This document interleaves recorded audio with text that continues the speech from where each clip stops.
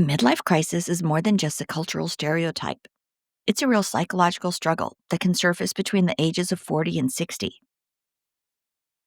Often triggered by aging, loss, or unmet expectations, it can actually lead individuals to question their identity, make impulsive choices, or abruptly abandon long term commitments.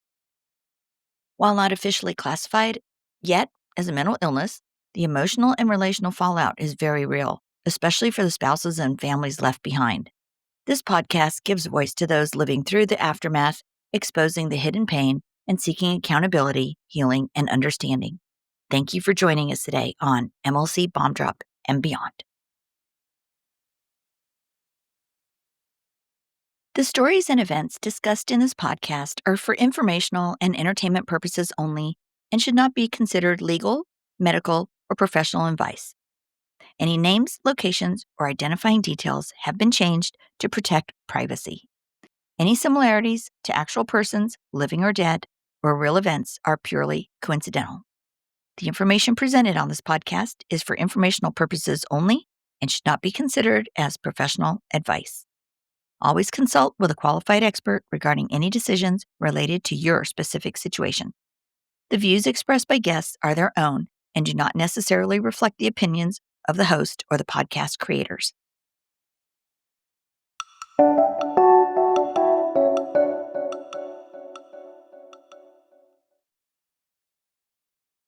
Obsessed at all costs. When attachment becomes more important than everything else, you guys, there is something deeply disturbing about watching a person abandon everything that once mattered to them. And you guys know this routine. When they abandon their spouse, their children, their stability, their entire identity. Not gradually, definitely not thoughtfully, but suddenly and completely. And recently, the country watched one of the most chilling examples of this psychological phenomenon unfold in real time. And I'm talking about Brendan Banfield, a husband, a father, a man with a stable career and a family. And according to court testimony, he became so emotionally fixated on the family's au pair that he wrote letters stating that he was obsessed with her happiness. You guys, a father and husband, obsessed about a 22-year-old nanny's happiness. He was, in his own words, obsessed.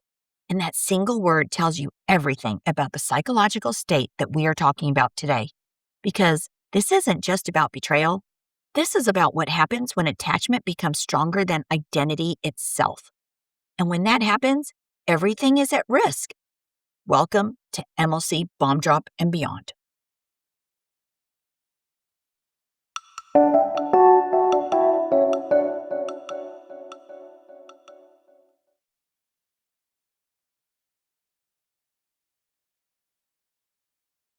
Hey, you guys, thanks for joining me today. This is Trina Laird over at MLC Bomb Drop. Well, you know, healthy love expands your life. Obsession, however, replaces it. And in the Banfield case, prosecutors presented evidence that his emotional world had reorganized itself around this new attachment. He wasn't just involved with the au pair. His thoughts, his plans, and his emotional future were totally centered on her. He ended up writing extensively about her happiness, her future, her importance. Meanwhile, the life he had built for years, 19 years, with his college sweetheart, his wife, his home, his family structure, it all became psychologically secondary to this random au pair. This is the hallmark of obsessive attachment. The brain begins assigning survival level importance to a new person. It's not preference, it's priority. And this is the brain under obsession.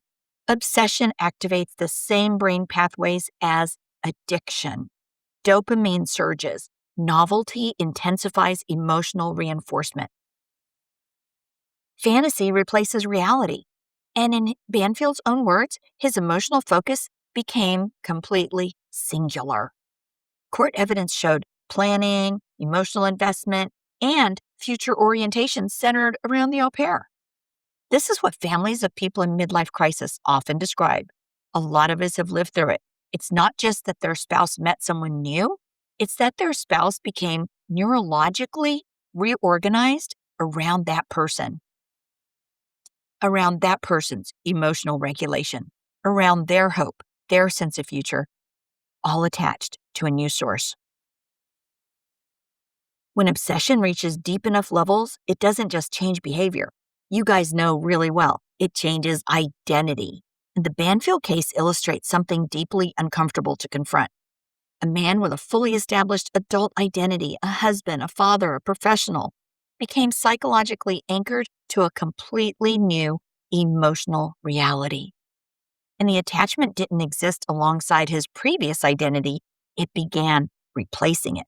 And this is why people in these states will defend the new person at extraordinary cost, because protecting the attachment feels like protecting themselves. And this is the part that devastates families. In the Banfield case, prosecutors argued that he was willing to destroy his entire life structure just to pursue a future centered on this new attachment. Everything he had built became expendable. His marriage, his stability, his future freedom. When someone reaches this level of obsession, they are no longer making balanced life decisions.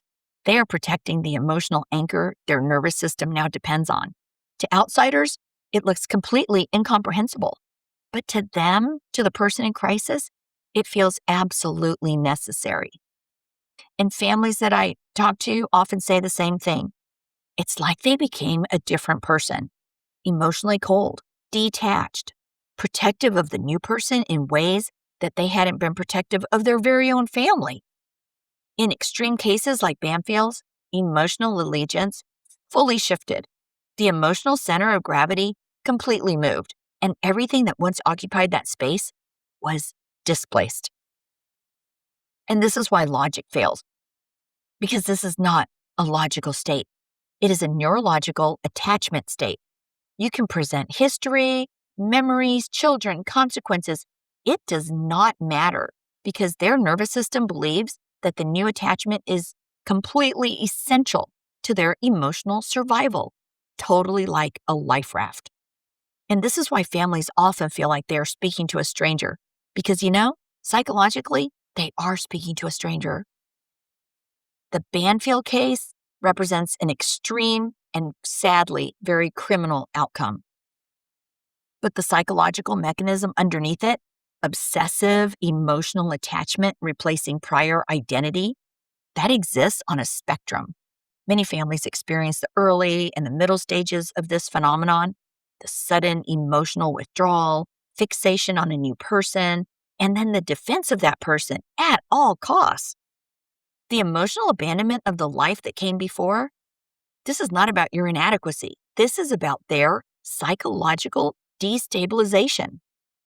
And I really wonder if Christine Banfield saw any of those signs, if she started to sense something was going on with her husband. Because you guys, obsession is not love. Obsession is neurological dependency. Love protects, obsession consumes. Love integrates into your life. Obsession replaces it. And when someone abandons everything for one person, it is not evidence of the new person's superiority. It is evidence of the brain's vulnerability to emotional fixation. And if you're the one left behind, understand this very clearly. You did not lose your identity. They did. And that is a real tragedy.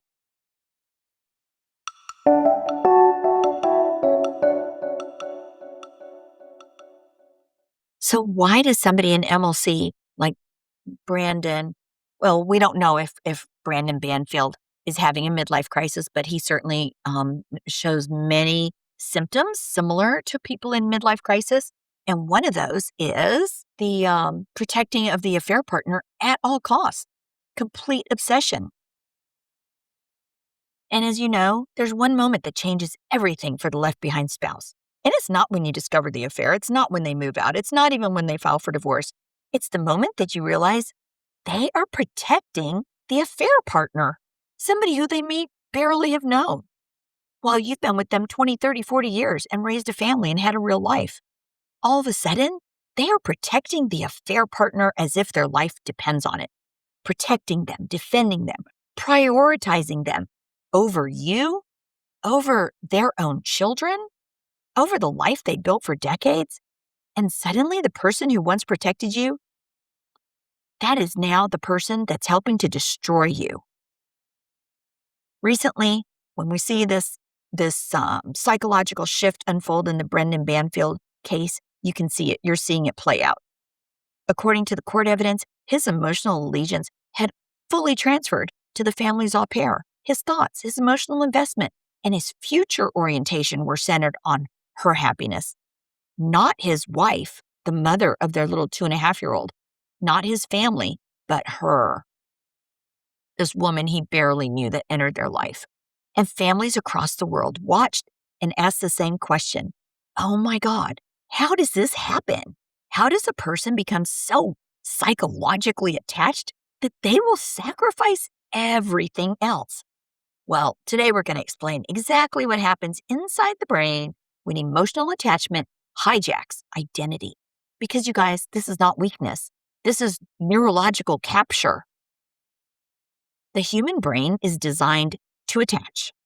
Attachment is actually how we often survive.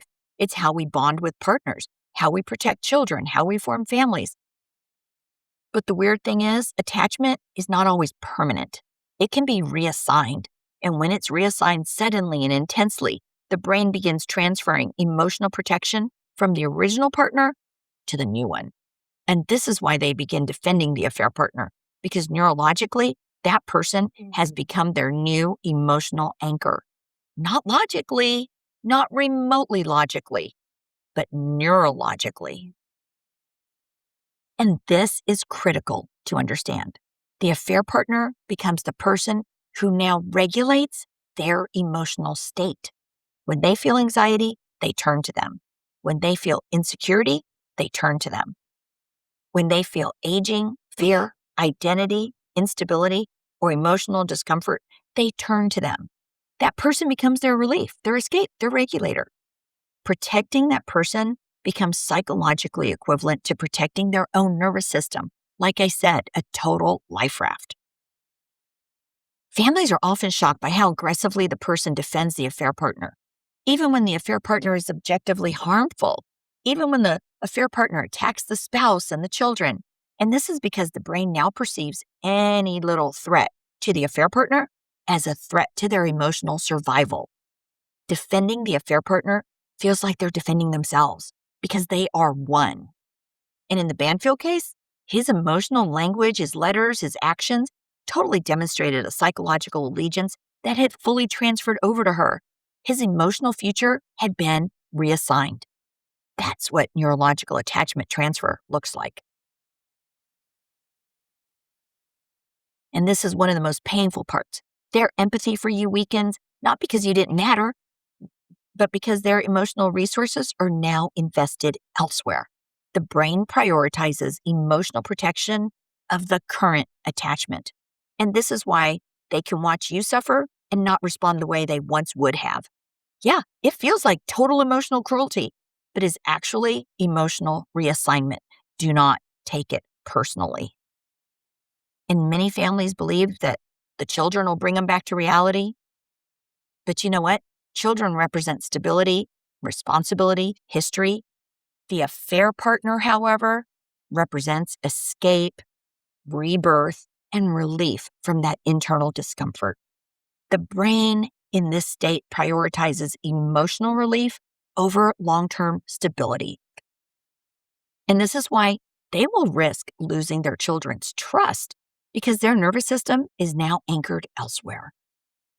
Families say the same thing over and over. Yeah, they're not the same person anymore. I don't even recognize them. They're like an alien. And that's because their identity structure has reorganized around a new attachment. Their emotional center of gravity has moved.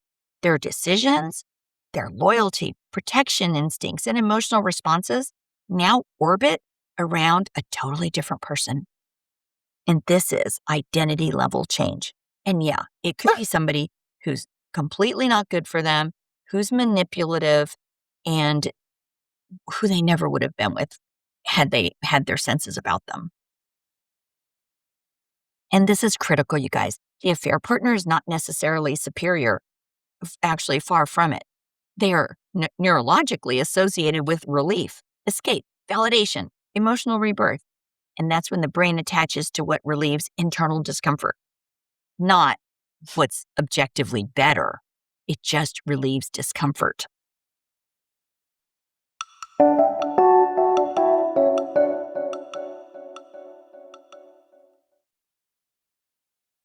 And obsession feels permanent when you're inside it. It feels like truth. It feels like clarity. It feels like destiny. But obsession is not stable. It's a neurological state sustained by emotional intensity, novelty, and psychological escape. And eventually, the brain cannot sustain it. Eventually, something does shift. The chemical intensity weakens. The fantasy collides with reality. And the person who abandoned everything, now they find themselves standing inside the life they destroyed. Not because someone forced them to see it, but because their brain finally released the attachment that had hijacked their identity. It's crazy. And I was watching some of that Banfield testimony today, and now he's saying, well, I loved her then, and he's making it appear as if he's not in love with her now. But you know what? His wife is dead. There's actually two murders, and yeah, it's not looking really good, you guys, for him, for her. Anyway, this is what happens. I really feel like the obsession with her was weakening. It seems like maybe his original identity is starting to resurface, although he was caught with several lies on the stand. But it seems his memories might return with emotional weight.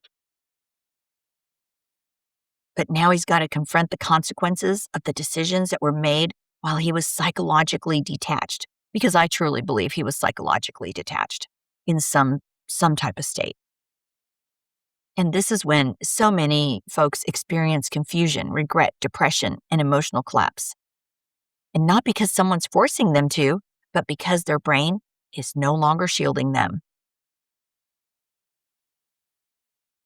That emotional obsession that once dominated Brendan Banfield's thinking ultimately collided with irreversible legal and life consequences. The fantasy future that once felt emotionally certain is now impossible. Reality does not negotiate with obsession. Reality replaces it. And in our midlife crisis world, a lot of people ask, gosh, are they ever going to realize what they did? Well, we know the answer is pretty complex. Some do, some don't.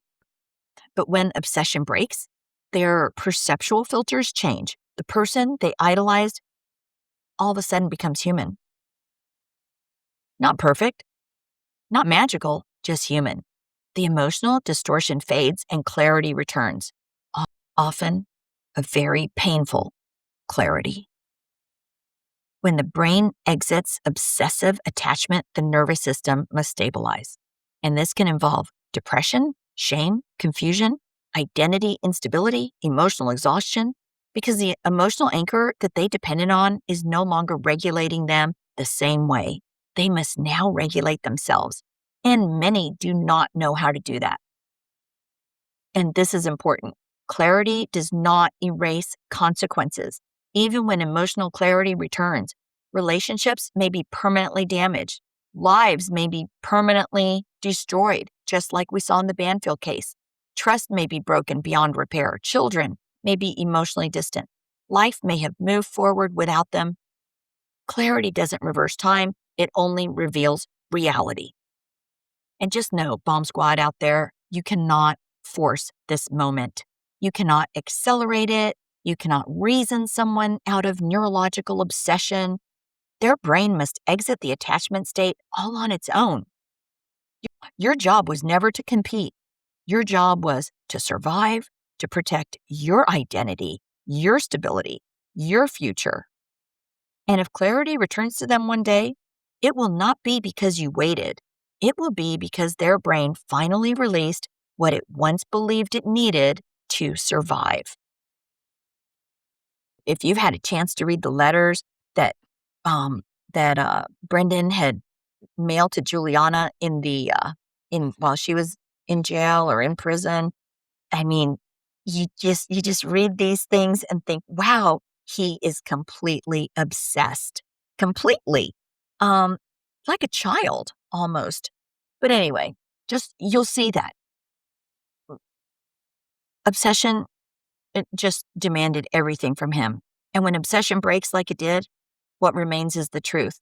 Not the fantasy they chased, but the life they left behind and the lives of people that are no longer.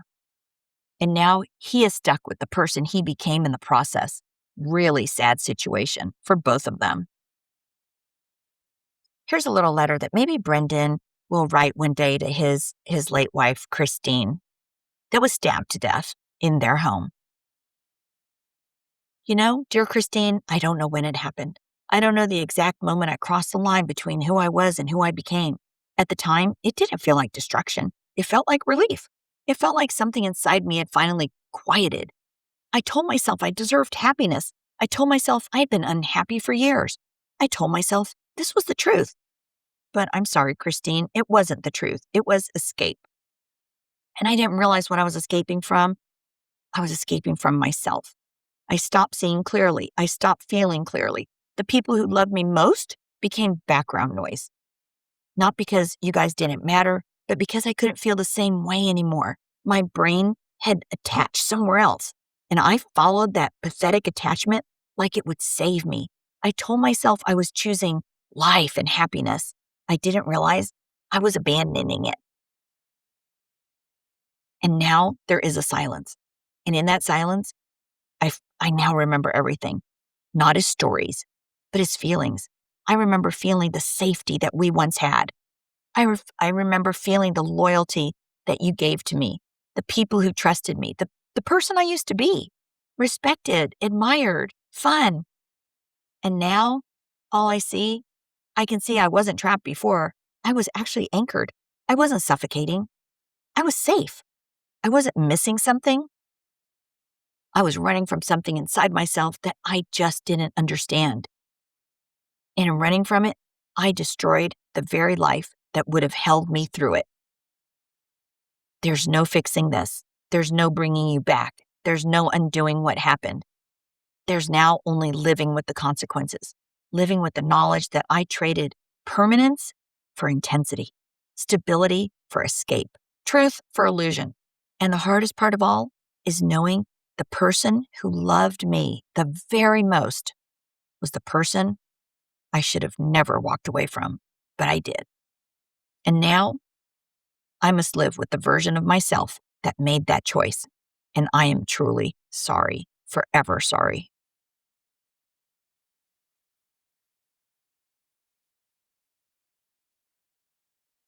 You know, you guys, there is a prison far more powerful than concrete and steel, and it is the prison of clarity. Because obsession does not feel like a prison when you're inside it. When you're inside obsession, it feels like freedom, feels like truth, it feels like escape. It's party every day. The brain protects the attachment. It filters out reality. It justifies decisions that would have once felt unthinkable. And while that neurological state is active, the person can't fully see what they've done. Not emotionally, not completely, but eventually, obsession does weaken.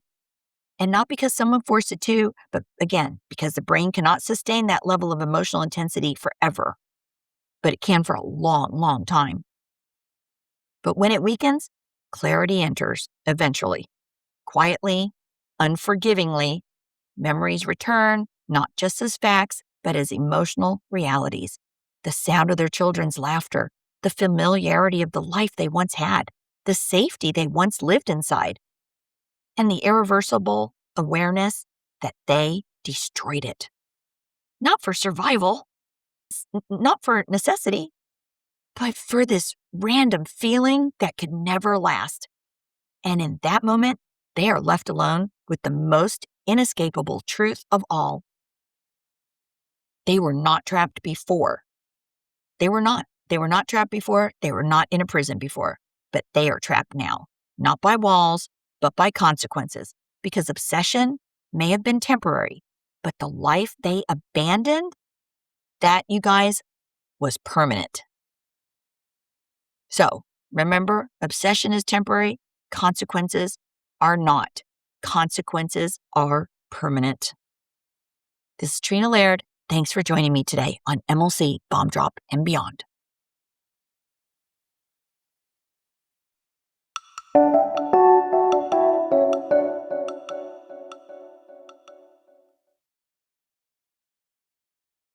Hey guys, this is Trina, and I want to take a moment to speak directly to anyone who didn't choose the collapse but is living with the aftermath. When a spouse enters midlife crisis, the damage doesn't unfold slowly, it happens like an explosion. One day you're living a shared life. The next, the person you trusted has emotionally disappeared, rewriting history, minimizing the damage, and running from the very family they helped build. Friends are confused. The story gets simplified. And the spouse left behind is often expected to handle it quietly, gracefully, all while absorbing the fallout all alone. After the bomb drop, the survival guide for the left behind spouse was written for you. This book doesn't offer platitudes or false hope. It names what others avoid. Inside, I will walk you through what is actually happening when someone runs from themselves, why chasing answers only deepens the wound, and how to stabilize your life after emotional abandonment, emotionally, legally, and within your family. In this book, we talk about why these departures feel so sudden and destabilizing, because they are. Why the spouse who stays is often blamed, erased, or silenced. Why saving yourself is not abandonment, and how to grieve someone who is still alive while finding your footing again. This book does not promise reconciliation. It offers you guys something more necessary at this time, and that is stability, dignity, and a way forward when someone else has chosen to run. After the bomb drop, the survival guide for the left behind spouse is available now on Amazon Kindle in both ebook and paperback. And if you're standing in the blast radius and wondering how to survive what you didn't cause, this book was written for you.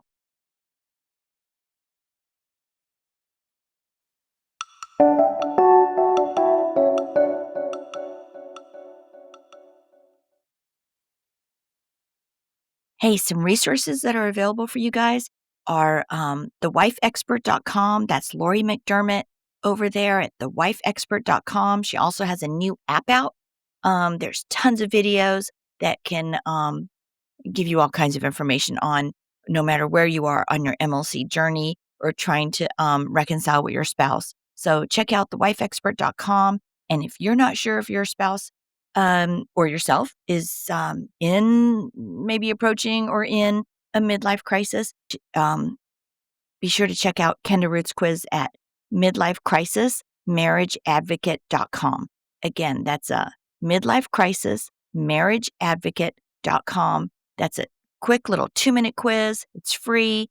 So check that out as well. We have a ton of resources out there for you guys. So check them out. Thanks.